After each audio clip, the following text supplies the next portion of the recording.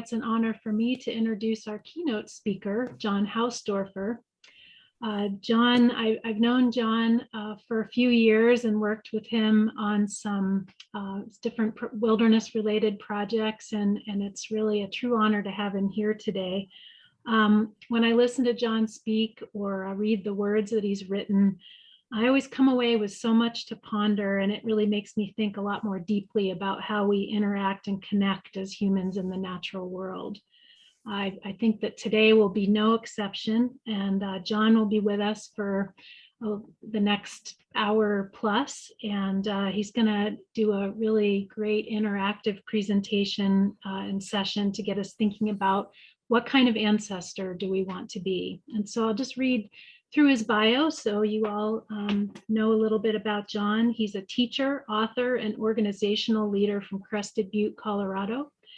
His authored and co-edited books include Caitlin's Lament, Indians, Manifest Destiny, and the Ethics of Nature, Wildness, Relations of People and Place, Kinship, Belonging in a World of Relations, and What Kind of Ancestor Do You Want to Be? He serves as Dean of the Clark School of Environment and Sustainability at Western Colorado University and has co-founded organizations such as Cold Harbor Institute, the Resilience Studies Consortium, and the Mountain Resilience Coalition. His favorite job was leading a ragtag group of wilderness trail workers in Rocky Mountain National Park in 1998. And with that, I'd like to welcome John.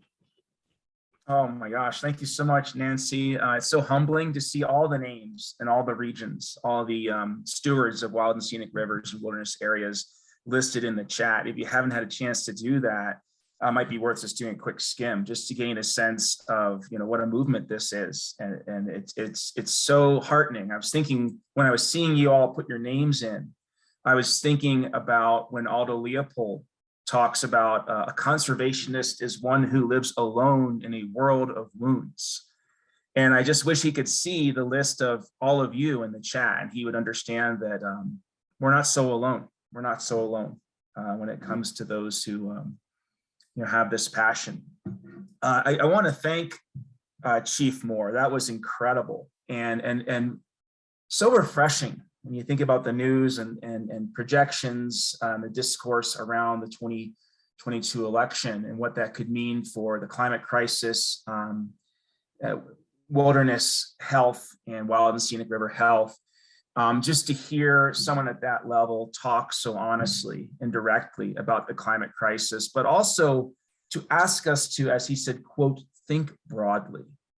And I think he's absolutely right. That this is not only a time for acceleration of the technical skills necessary for managing the biodiversity zones found in wilderness areas, which are vital in the face of the 6th great extinction, but to use this as a moment to think broadly. And that's what I will make an attempt to help all of you with today with this question: what kind of ancestor do you want to be? It's a book that I put out with the Center for Humans and Nature, Catherine Cummings, Brooke Hecht, and Melissa Nelson a year ago this month. And we've gotten a lot of really positive responses because I think we're living in a time in which people do want to take a breath and ask some big questions. Referring again to Leopold, when someone proofread Sand County Almanac and the Land Ethic, it was one of his graduate students says, I'm really worried that this is going to be rejected as a critique of capitalism. And Leopold said, well, I'm not interested in a new economy, a new kind of economy. I'm interested in a new kind of person, and that's a 1,000-year project. And that's really humbling.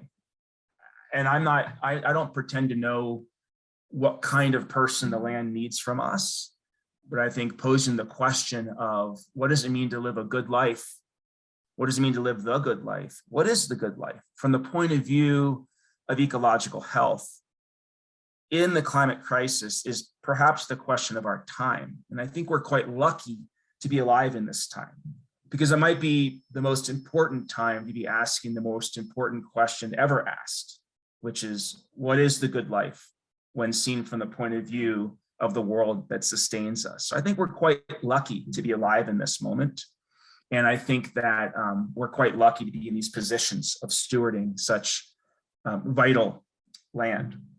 I want to share a couple quick things about other things that kind of humble me in this moment. And then I want to share a little bit from the book and get all of us together talking about this question of what kind of ancestor do you want to be?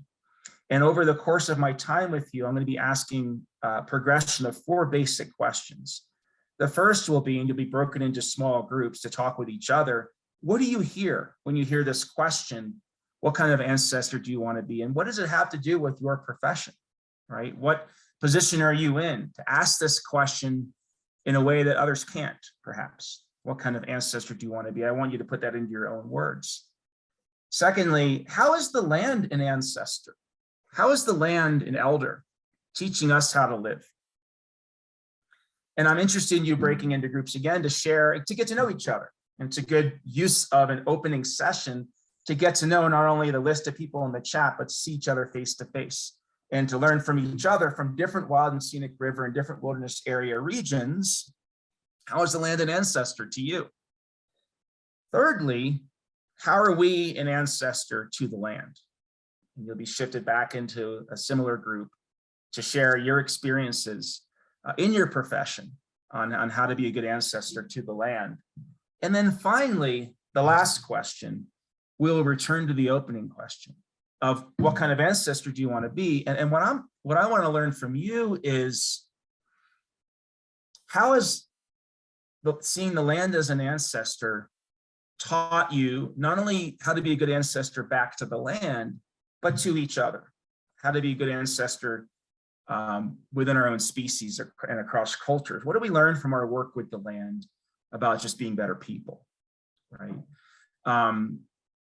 John Francis, who's known as the Planet Walker. I don't know how many of you are familiar with John Francis. I think it was the oil spill in the Bay Area in the early 1970s. He went to help clean up that oil spill, and something really struck him, and he made a decision to try to live a life that didn't require oil. He tried to give up the automobile. He tried a lot of things, and he got tired of explaining to people his purpose. And so he just stopped talking. And John Francis, you should check it out. Planet Walker, I think, is his book. He walked across the country, I think 3 times over 17 years without talking. He built a sailboat, I think sailed to the tip of South America and walked back up maybe. Again, not talking. He earned a bachelor's, master's, PhD in environmental studies without talking. And he finally spoke on the 20th anniversary of Earth Day. I think that was 1990, correct me if I'm wrong. And his first words after 20 years of silence was, if all things are truly interconnected between humans and nature, then to care for the environment begins with caring for each other, and vice versa. And so I think that's the opportunity that Randy Moore was speaking to. It's an opportunity to ask some really big questions, not only about how might we better manage the resilience of wilderness areas and wild and scenic rivers in the climate crisis, how might wilderness land be part of the solution to the climate crisis, but also how might the social position of managing those lands put you in a privileged, advantageous position for asking the biggest questions of our time. Like, how do we just be better to each other through learning how to be better to the land, through learning from the land as our ancestor. So that's my plan for our time today. I hope you find it useful. I want to share with you something from an essay I wrote in this book, What Kind of Ancestor Do You Want to Be? And it has to do with some time I spent with my daughters on the edge of the Raggeds Wilderness area. I'm speaking to you right now from Mount Crested Butte. I'm looking at the corner of the West Elk Wilderness area, right that way. I know behind me over here is Fossil Ridge. That way is the Raggeds. That way is Maroon Bells Wilderness, all probably within 20 miles as the crow flies. And this is about a morning I spent with my daughters at the edge of the Raggeds. When I first studied climate disruption in the early 1990s, the data led my imagination to grieve for my unborn grandchildren and for their children. Projected maps of ice cap recession, species extinction, sea level rises, and human displacement stretched my moral compass to fear for the peoples, beings, and systems of 2050 and beyond. I never fully imagined myself living with these consequences in my prime. The grave dangers seemed away in space and time, just like my food came from away or my waste went away. But as a father in 2018, all of that changed. Every month of every year, my daughters, Adelia 10 and Sol 7, and I like to go snow hunting in the mountains around our home of Gunnison, Colorado. Even in summer and early fall, we strap skis to backpacks and scramble up slopes until we find those tucked away wind deposits that cling to the mountain through summer's heat. Then we ski, laughing at ourselves for loving that dance down snow so much that we are willing to hike 4 hours for 15 turns. Our rule is that we have to ski once per month, every month, until we get to 100 straight months in 2023. That's coming up in February. Snow hunting is a challenge that has always taught my daughters about their mountains, about those first trickles of water that lead from the snow patches of the Elk Mountains to the tributaries of the East and Gunnison rivers until the Colorado River returns those waters to the Pacific Ocean, and of course, until the cycles of life return the moisture right back home as new snow to renew our dance and the dance of life. I know that's optimistic about it reaching the Pacific. Snow renews the cultures and ecosystems of the West, and it also renews my bond with my daughters. Snow is sacred. Whenever we worry that we might miss a month or fall short in finding snow somewhere new, we look to Yule Pass, old, reliable. Just west of Crested Butte, Colorado, Yule Pass sits at 11,300 feet, tucked between the dark slate of Purple Mountain and the orange scree of Cinnamon Mountain. Since 1992, I have skied the heart-shaped snow of Yule Pass in September. Adelia has skied it 5 times with me, and in 2018, we were eager to initiate little Sol. Sol was even more eager for the initiation after having heard tales of Yule Pass for years. But when we arrived, the snow was gone. There was a small, dirty strip on the steep underbelly of the snowfield, and the rest of this water tower for the West and dance floor for my daughters was literally reduced to rubble.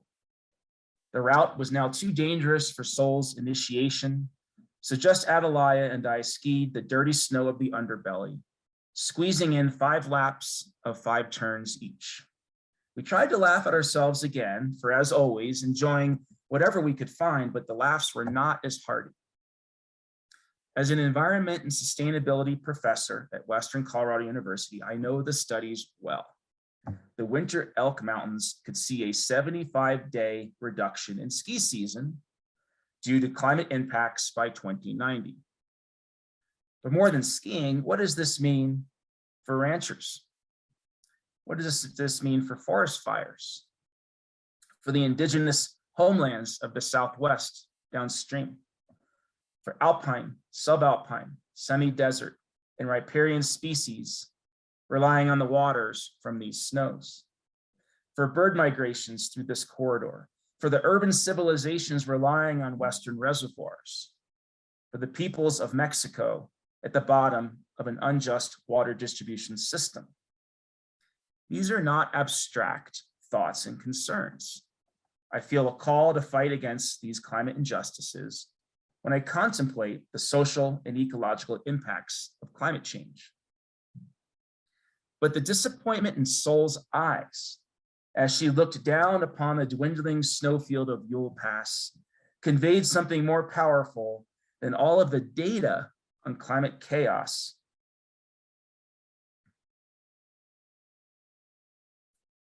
I saw loss in her eyes and grief.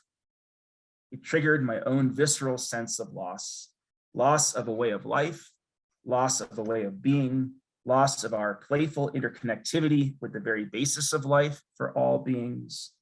I will never forget that look on Soul's face.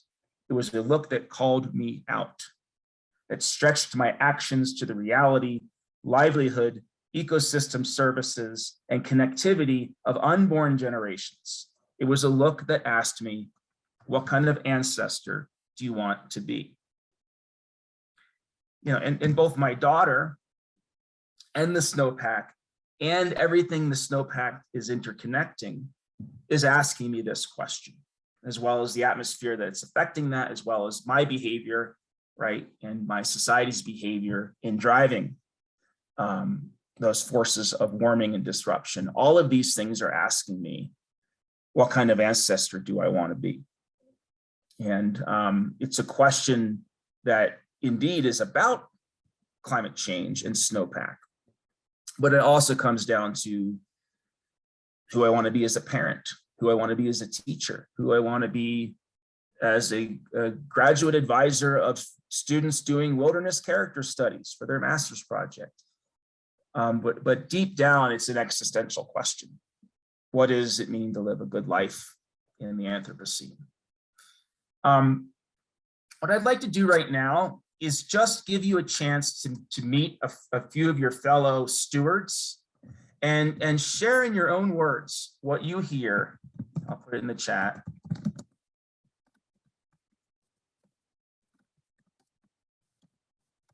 What kind of ancestor do you want to be? So you'll end up in a chat room with 4 or 5 others. Introduce yourself, where you're stewarding from, and then how you would put that question in your own words. And we'll have you come back in 10 minutes. Angie, thank you so much for setting up the chat rooms. Okay, Nancy, were you going to share something at this point? Did you manage to catch any of these? Or I would like to hear a few of them, but I know we have several hundred people here.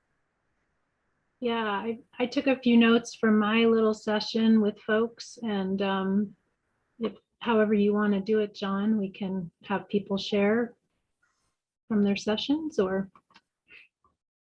Yeah, let's just hear from a small handful. If your last name starts with A through C, go ahead and put in your own words this question of what kind of ancestor do you want to be, just so I get a sense that we're working from the same page, and so I can learn from you.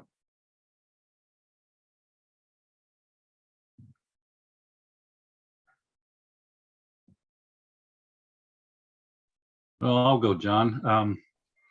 Yeah, in our group, we were talking about ancestors.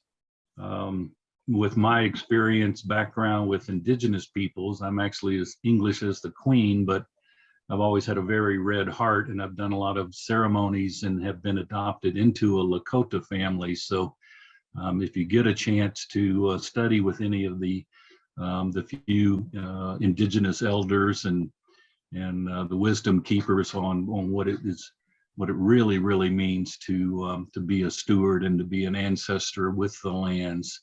It's not ours to take.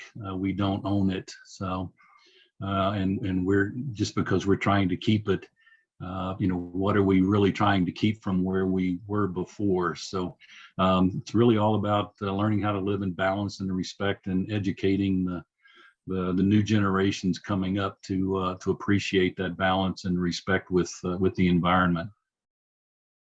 Yeah, well said. And I appreciate you bringing up your connection with Lakota communities. I just want to be really clear that this question is not my question, right? It's a question I first heard from a man named Michael Dahl, who's a Medewan Lodge elder on the White Earth Reservation. Winona LaDuke was hosting me there. I was doing a research project on the relevancy or lack thereof of Leopold's land ethic for culturally diverse social justice movements and how those movements could help grow the land ethic, to speak to more kinds of human communities. And I just scrapped the whole research project. Winona said, well, before you interview me, I want you to meet this person. And he asked me why I was there. And I said, I have this question about the relationship between the land ethic and social justice movements. And he said, well, to me, the only question that matters is what kind of ancestor do you want to be?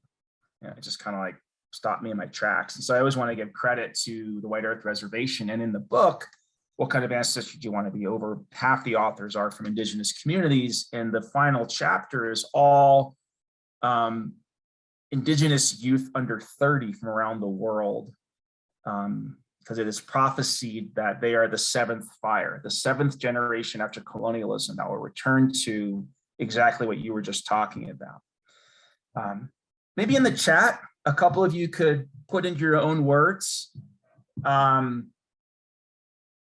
you would rephrase this question. What kind of answer? What do you hear when you hear that question? And again, let's go with A through C last name so we don't get a total flood.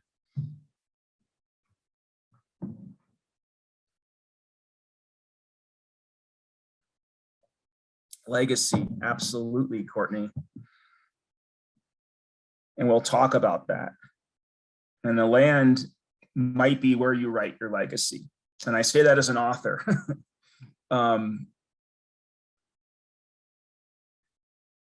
Responsibility. Yeah, and this is a heavy one. To future generations. Traditionalism. What did you do during climate change? Yeah, I'd love to have an answer to that, as you can tell from my essay.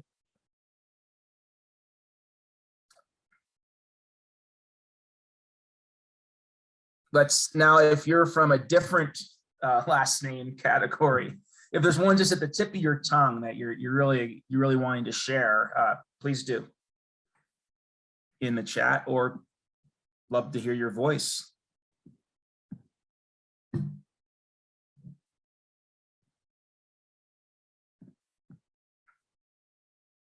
Well, this is really well thought out. Yeah, Kathleen Dean Moore is a favorite of mine. How could you not have known? What more evidence did you need that your lives, your comfortable lives, would do so much damage to ours? Did you think you could wage war against nations without waging war against people and against the earth? Didn't you wonder what we would drink once you had poisoned the aquifers? Didn't you wonder what we would breathe once you'd poisoned the air? Did you stop to ask how we'd be safe in a world poisoned by war? Did you think it all belonged to you, this beautiful earth, you who loved your children? Did you think that we could live without clean air and healthy cities, you who love the earth? Did you think that we could live without bird song and swaying trees? And if you knew, how could you not care? What could matter to you more than your children and their babies? How could a parent destroy what is life-giving and astonishing to our child's world?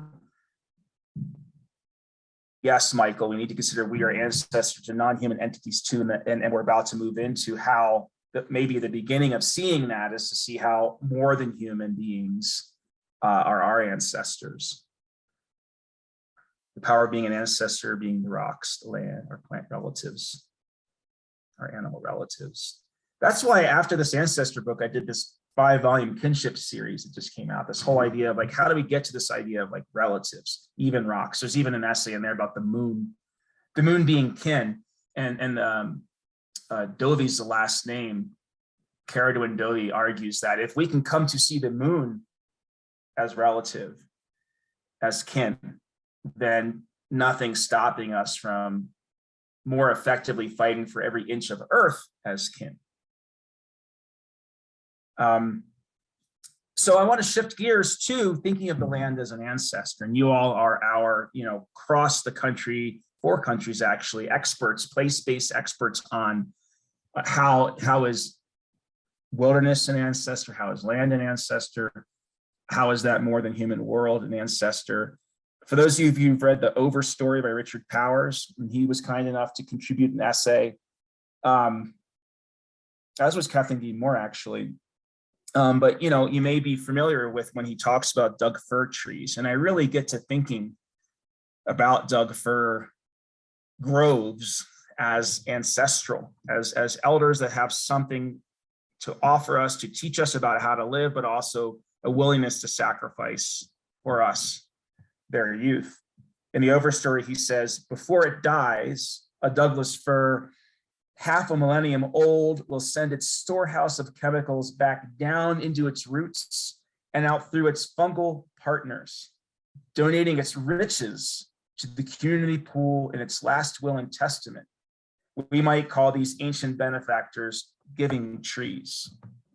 And it's not just that act of generosity as an elder in a community of giving that can be a lesson to all of us, me pushing 50 as an elder. There's also something really genetic there in that we share about 25% of DNA with Doug fir. And so there's both like a literal kinship relation, but also a kind of metaphorical lesson that can be learned from how Doug fir trees function and live in the forest. There's another author named Catriona Sandilands. And Catriona Sandilands is from York University in Canada, and she's an environmental thinker who's famous for thinking about not only how could wilderness areas and the environmental movement itself be more inclusive to the LGBT community. She thinks about how could wild lands be almost a barometer, to the extent that the day that all humans feel equally safe and excited to connect from all cultural backgrounds, from all nationalities, from all backgrounds of gender, class, race, you name it. The day everyone feels equally welcome, eager, safe to connect on the landscapes that we all steward is a sign of social justice and equity having arrived. And I think that's an important challenger to all of us who steward wilderness and wild and scenic rivers, to think about that level of inclusion. One of the things Sandilands says here about the land as a teacher is Sandilands talks about the process of compost and the kind of humus that comes out of that, and the richness of decomposition as a metaphor for how to live and for how to deal with the injustices of the past, but to turn them into compost, good things for new life in the future. And she's learned that from the forest, rather than just critiquing hate, violence, injustice of the past and trying to create something entirely new. She looks at that past and asks, what can be built from that? She's learned that from the forest. She says, although the figure of compost certainly captures some of this aspiration toward multi-species future making, humus turns out to be a better metaphor, medium of my vision of good ancestry. To me, it speaks to a sort of future-oriented decompositional practice. On the one hand, there are my thoughtful actions in the present, oriented to multi-species flourishing, to new entanglements of kinship with other species. And as I've argued elsewhere, it links capitalist accumulation with specific ideas of human generation in ways that are horrifically bad for the planet. So there's like this criticism that Sandilands has of, unfettered capitalism, basically turning all that multi-species kinship into profit. On the other hand, Sandilands says, any lasting human infrastructure to which I might contribute depends on the transformation of my work into new organic forms that are not echoes of the old, but rather the results of the work of future communities of macro and microorganisms who will take from my life and work not only the immediate chemistry of my body as it passes into dust, but also, I hope, a more complex infrastructure, drought intolerance, density, structure, maybe leavening lyrics to aerate the soil of environmental justice work that cultivates flourishing, complex communities. And so this essay, she talks a lot about her time in the forests of the Northwest in British Columbia, and just like how you're just like overwhelmed by decomposition happening around you, and uses that as a metaphor as an activist that she's not just going to kind of throw away the baby with the bathwater, if you will, of the society that she's inherited. She's going to try to grow justice out of what's best from a society that was always flawed. So the land can be an ancestor, right? Richard Powers talking about Doug fir trees, teaching us about being a generous elder. Sandyland's talking about a forest, teaching us about decomposition as a way of life. There's one more I'll share, and then I want you to be able to share with each other, how is land an ancestor where you're stewarding wilderness and wild and scenic rivers? This is an author named Aaron Abeyta. Aaron Abeyta is the mayor of Antonito, Colorado. He goes back 8 generations there. It's a highly impoverished community with incredible creativity. And he's always working with folks on finding new ways to not only find financial capital, but to continue their traditions to access natural capital from all the public lands around them. Social capital to continue the traditions, the practices of his elders for how to live off of so little, but still have a good life, while also being entrepreneurial around things like renewable energy and hemp production. He's a very creative mayor, and he learns a lot from nature on how to be a good ancestor. He's remembering here his grandmother, and he calls himself an ancestor of fire, because fire and the way his grandmother tended fire teaches him something about how to be a good ancestor. So he says, I am asked what kind of ancestor I will be. I struggle with the answer because I mistake it for asking about the future. But really it's calling me back to the places where I learned how to be. So place as ancestor. In the distance of back then, the light is gone from the day. Everything has folded into purple and black. I imagine a single light that glows in the vastness of memory. I hear wood split. Smoke ascends. I am a boy again. I must have been helping the men lock up sheep for the evening, but just beyond the corral, my ancestor is chopping wood, preparing for the night. The wood box is full. Seek, she tells me. Collect everything. Care for lost things. She compares love to bread baked in a wood-burning stove. She has gone before me. This flame is sacred. I am an ancestor of fire. Right? And that idea of a place being culture plus nature, you don't have a place without both, is really powerful here. Like, yes, he has the San Juans to the west, he has the Sangre de Cristos to the east, so there's incredible public land around him, wilderness areas are around him. But to have culture there, turning the resource into a livelihood, into a culture, into a flame, a fire that can continue across generations. It's that combination of nature and culture that teaches him how to be an ancestor. So just from a flame, he learns to seek. He learns to collect everything. He learns to care for lost things. He learns to love. You see those 4 characteristics in his work as a mayor, in his work as a poet. When suicide rates among teenage boys got very high, he became the football coach. Seek, collect everything, care for lost things, love. He learns that from fire and from people conserving land to keep that fire going. So I want to put you back into your group to think about, for you, in the work you do, maybe share a little bit more about the work you do, where you do it, and how is for you the land and ancestor. What's your version of Richard Powers' Douglas fir? What's your version of Aaron Abeyta's flame? What's your version of Catriona Sandyland's decomposition in the forest?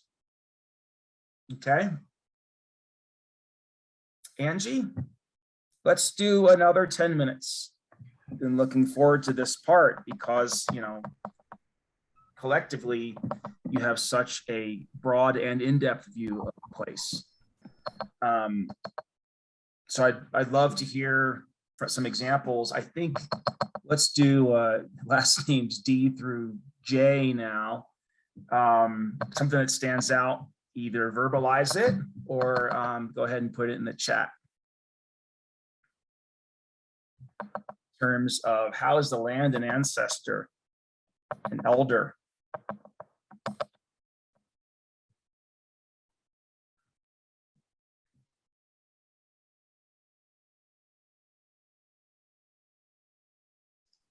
I guess because it was here before us and will be here after us, and we need it to survive.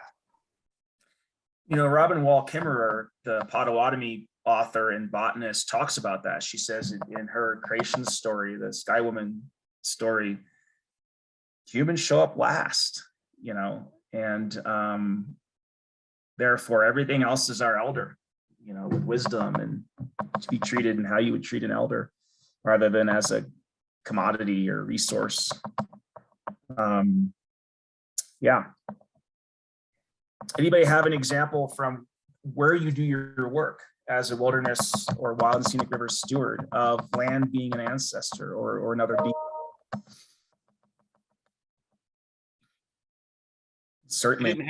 I didn't have something specific, but there's a great concept that I think illustrates the point of land being an ancestor very well. It's the idea of biomimicry. And I don't know if you're not familiar with biomimicry, you should look it up, but it's this beautiful kind of melding of engineering and biology where people look to what nature has already done to solve problems that we have and say, how can we utilize those techniques? So we can look at how wasps build their structures and what can we learn from that? And how can we apply that to our world? And I think that's an excellent example of land being an ancestor and a good way of us being humble enough to look at it. Because we're saying, you have this wisdom, you've solved these problems, what can we learn from you? Yeah, you're even seeing, you know, mushrooms being used to clean up oil spills. Yeah, biomimicry is an incredible example of that. I want to learn a little bit about where you all work. I'd love to hear a couple of examples, 2 or 3, from maybe a moment where you've really been taught by the area you're asked to steward. How it's even on the level of being your ancestor.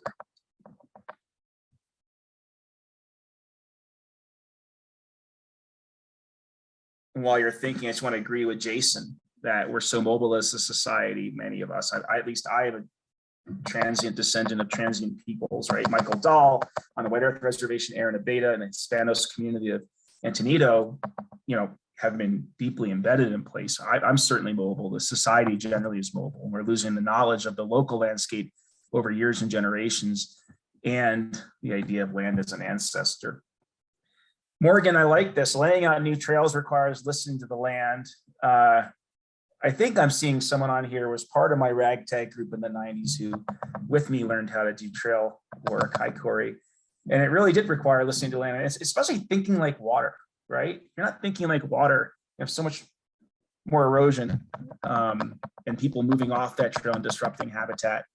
Thank you for that one. I'm seeing another one here in the chat. I actually, hi John. Nice Go ahead, Corey. Hi.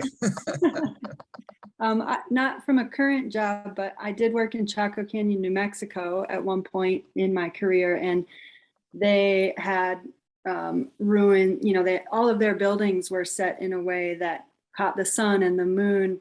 And I can remember people asking, how did they know where to put the buildings? And it was like, because they watched the earth and they watched the skies rather than watching their, you know, we watch our screens. We ask Google, where does the sun rise, rather than living out there on the land and letting the land show us where the sun rises.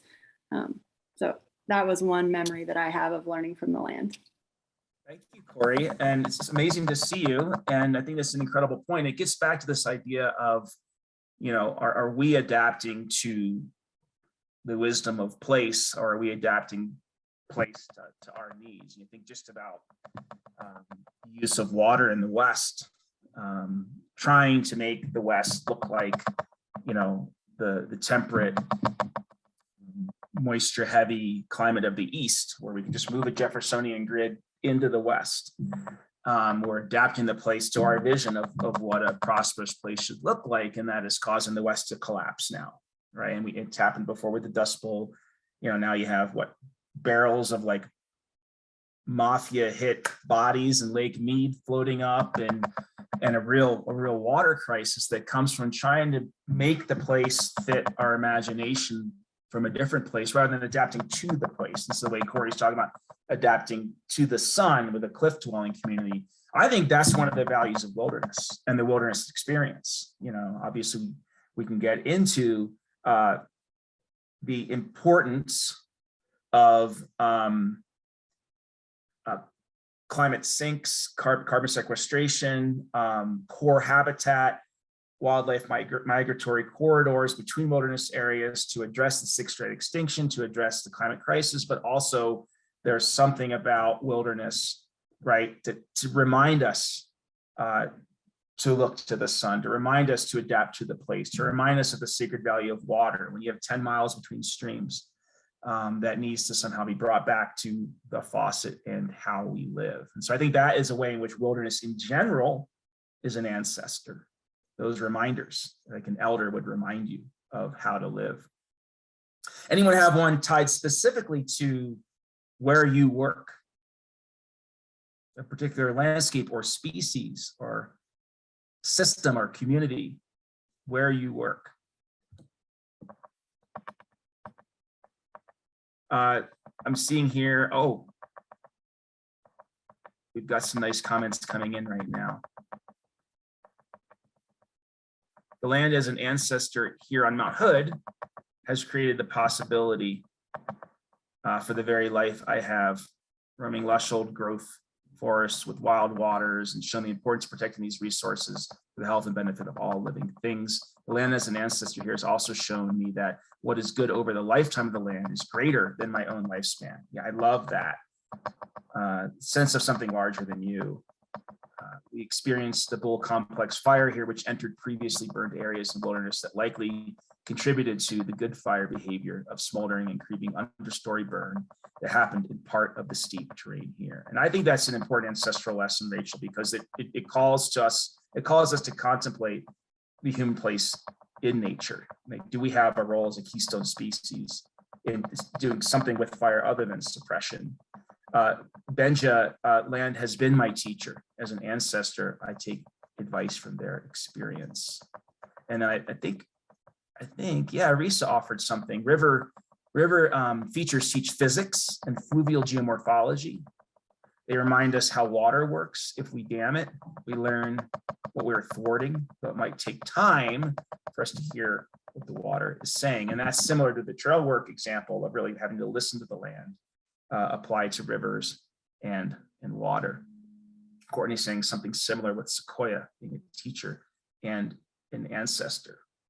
So I kind of want to shift gears one last time and really think about, like, okay, so, you've managed to share like what you're hearing with this ancestor question. I heard legacy, I heard responsibility, I heard multi-generational ethics, I heard a responsibility to more than human beings. We've talked about how those more than human beings and landscapes can themselves be ancestor to us, teaching us the humility of things that are larger than us, teaching us a spirit of adaptation to place, teaching us to listen to things that have that kind of biomimicry wisdom.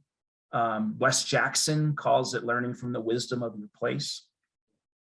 And we hope the humility, the adaptive spirit, the capacity to listen to complex messages from complex systems. We hope that wilderness teaches us how to do that where we live, right? Again, my analogy of if you've walked 10 miles between streams to get your water, maybe you don't leave the tap on as long back at home. I guess for me, the land then teaches us how to be good ancestors to each other. And I want to kind of share another example from the book. And it's from an Indigenous author, a Seneca author named Kaylena Bray. And Kaylena talks about the sacred value of corn and how corn is an ancestor, teaching her how to live.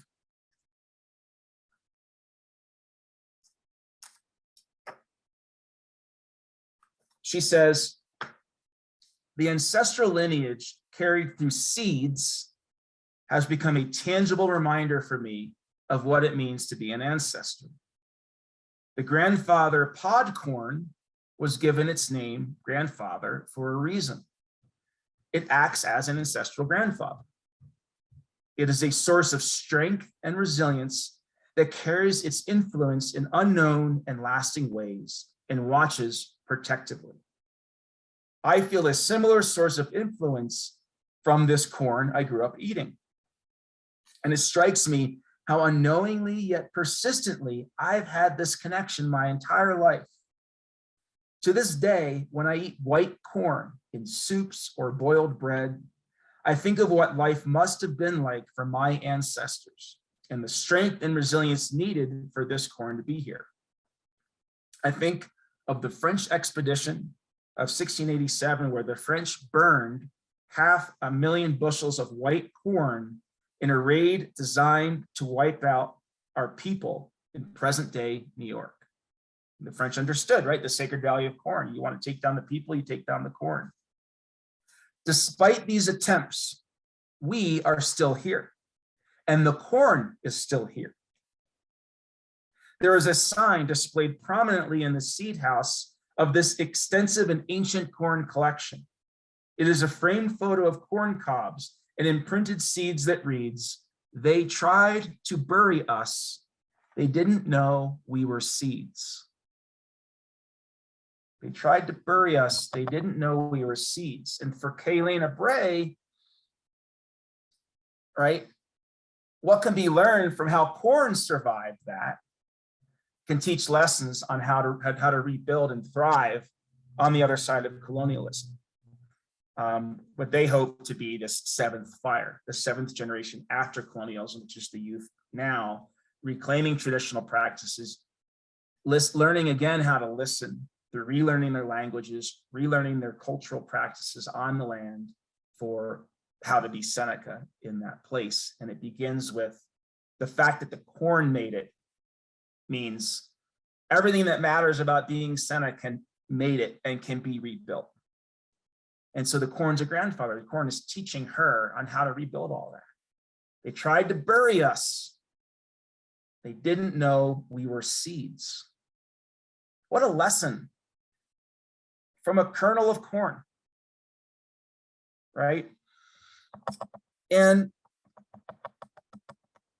it's also a barometer, that corn, for whether or not she's being a good ancestor. If there's corn being buried as seeds, using cultural wisdom to feed the community and ignite those cultural practices, if that corn's there and her great-great-grandkids or 7 generations from this 7th generation is thriving around corn, then she's been a good ancestor. So the corn's both an elder, teacher, and a barometer for the kind of ancestor she's being. It's like me and snow. No, I do not have that deep Indigenous connection. I have to be careful not to misappropriate both this question. This question comes from White Earth, giving as much voice to diverse Indigenous communities as possible with this question. Really, my job is to amplify those voices and that question. I am mobile, as one of you said. I don't have that place-based connection that Aaron Abeda or Kaylena Bray or Michael Dahl has. Part of that comes from privilege, my ability to move around in many ways in pursuit of wilderness, having grown up in New Jersey and moved west.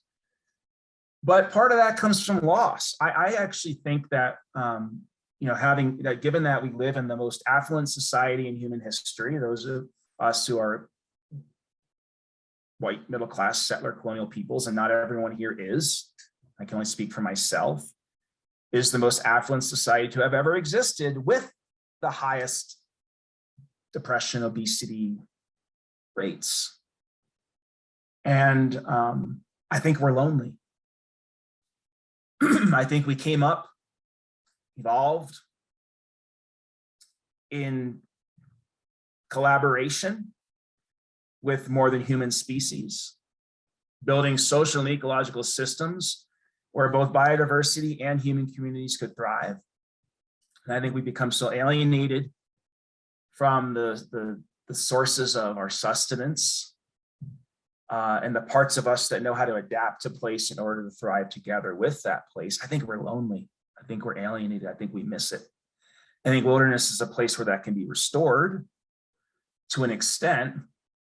I think we also have to be careful with that, right? Because a lot of folks from Indigenous communities, right, find even the word wilderness very insulting. That, hey, you know, our ancestors thoughtfully and intelligently shaped the biodiversity of this place through fire and hedges and different practices where we were the keystone species. And sometimes we screwed up and learned from it and did better in order to create the wildness that many enjoy today. And the idea of calling one's intelligently designed homeland wilderness erases all of that history, erases all of that participation in the land. And so being thoughtful about where this question comes from and being thoughtful about Enrique Salmon is an Indigenous author from Mexico. And in a book called Wildness, his opening line was, "There is no word for wild in my language because everything there was co-produced between humans and plants and animals and soil. And how can anything be wild if we all created it together?" And he's like, you all created that word to make it sound like the land wasn't owned by us, so it wouldn't sound like theft when you took it. So from some points of view, wilderness has been a tool of colonialism. With all that in mind, though, I think there is something really powerful about the lands that we steward as a source of finding our version of Bray's corn, that way in which the land can teach you, and that way in which the land helps measure if you're being a good ancestor. So I'll share with you as who I am, my attempt at finding my version of that feature in the land that teaches me how to live and measures how I'm living as an ancestor. For me, it's snow. By the way, for Michael Dahl, when I met Michael Dahl on the White Earth Reservation, for him, it was the wild rice of Minnesota. He said their original prophecy when they came from New England was an elder in a dream was given a message, move west until you reach the food that grows on the water. And so wild rice is like in their creation story. It's a superfood. So in their diet, it's incredibly healthy. It enhances their economic prosperity, being able to sell on the roadside. It requires the water to have a certain level of purity in the face of acid rain. The window for germination has to have a certain temperature in the face of climate change. And so wild rice itself is asking Michael to stay connected with the wisdom of his ancestors, going all the way back to his origin story of becoming Anishinaabe by reaching the food that grew on the water. He even says, I'm not Anishinaabe without wild rice in my stomach during the wild ricing moon in September, right? And what that means to him is, yeah, in order to have that rice, he needs to have that connection with the ancestors who had a connection with the creation. He needs to fight for ecological health. He needs to fight for cultural and linguistic health to continue the practices and the wisdom of what it takes to harvest. And how to harvest in a way that disturbs the lake for ecological health, kind of acting like a low severity fire through how they go through in their canoes. It ties him to his children He talks about his son rolling around in the rice on the floor and how he wants his children's children to be able to play in the rice on the garage floor when their dad comes off the lake. And so just in that wild rice, he has their origin stories, their diet, their economy, their ecological connection, their cultural connection. And so he knows what kind of ancestor he wants to be, right? One who does what it takes to make sure there's wild rice around. Because if there's wild rice around, everything else is working. If there's wild rice around, everything else is working. So the ancestor question goes from this huge abstract question down to like, what is your rice? For me, as I said, it's snowpack. And I'll just share with you the end of the essay I opened with. As you think about, what is it for you that connects you with the wisdom of your ancestors, the ecological health of your place, the cultural practices that make you who you are, and what it is you want to pass on to your children's children, even if you never have children, because this ancestor question is about influencing our community, not so much a bloodline. That's where the question can actually become dangerous. As a transient descendant of transient people long removed from the source of their food, heat, and ancestors, what is my version of Michael's rice? I do not have Michael's Indigenous historical connection, nor should I pretend to. But to what extent can I begin to find my own rice without co-opting his connection to place and past? In other words, what connects me to the health of the land, while also connecting me to the love of my ancestors and to the hopes of my children's children?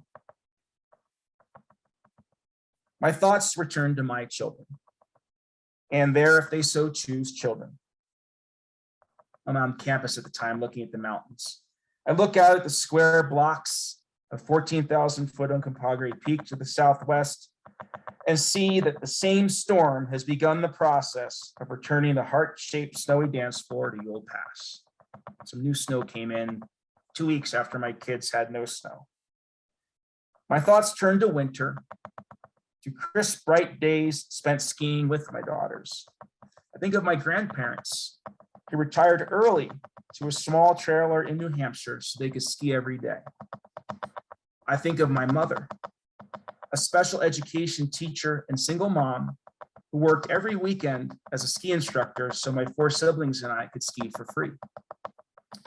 I think of my formative journey to Colorado 30 years ago in search of deeper snow. I think of skiing with my family every winter solstice to our 10 by 12 cabin, passing on to my daughters the art of the perfect carve through fresh snow. I think of their great-grandchildren and wonder if there will be a 7th generation of ski bums in my family. I know my rice. It is snowpack. And I know that snowpack is about far more than the health of one sport, skiing. And if that snowpack declines, if my generation does not act radically to mitigate climate change, I worry that I will have failed as an ancestor. Yet regardless of the dire potential outcome of our apathy, acting now as if I'm already a good ancestor, connecting my daughters with the power of snow while showing them and my students options from confronting climate chaos, enlivens a more resilient future for my descendants. Maybe they will even ski in summer. And that's my measurement. Like, yeah, it's complex. It's about riparian systems and species extinction and whether or not the Hopi have the water needed to survive, or even whether or not Vegas has power, or whether or not Mexico receives any water. It's about all of that. But to me, when we make anything from climate action to wilderness character work about something abstract, it doesn't keep its power. It doesn't continue to move us. But if I make climate data about my daughter's soul crying, I moved in a different way. If I make what kind of ancestor do I want to be about, will there be snow for my great grandchildren to ski on? And therefore, will there be water for the cultures and ecosystems to thrive? That moves me every day. That moves me every day. And I can enjoy my successes, even if they're small, whenever I get burned out, because I get to go dance on what I'm fighting for with my babies. And so when you think about this question, what kind of ancestor do you want to be? I'll just leave you with, where you do your work. What is your version of that snowpack? What is it on the river that you serve? What is it in the wilderness area that you serve that at its core makes the place it is for the people and species and landscapes to thrive? What is the core keystone for the human and more than human species to thrive? You can find that. Fighting for that and educating people about that fight who enjoy that place is what it means to be a good ancestor. Thank you. Thank you so much, John. That was so much to ponder from that time together, and just really appreciate your time and your thoughtfulness.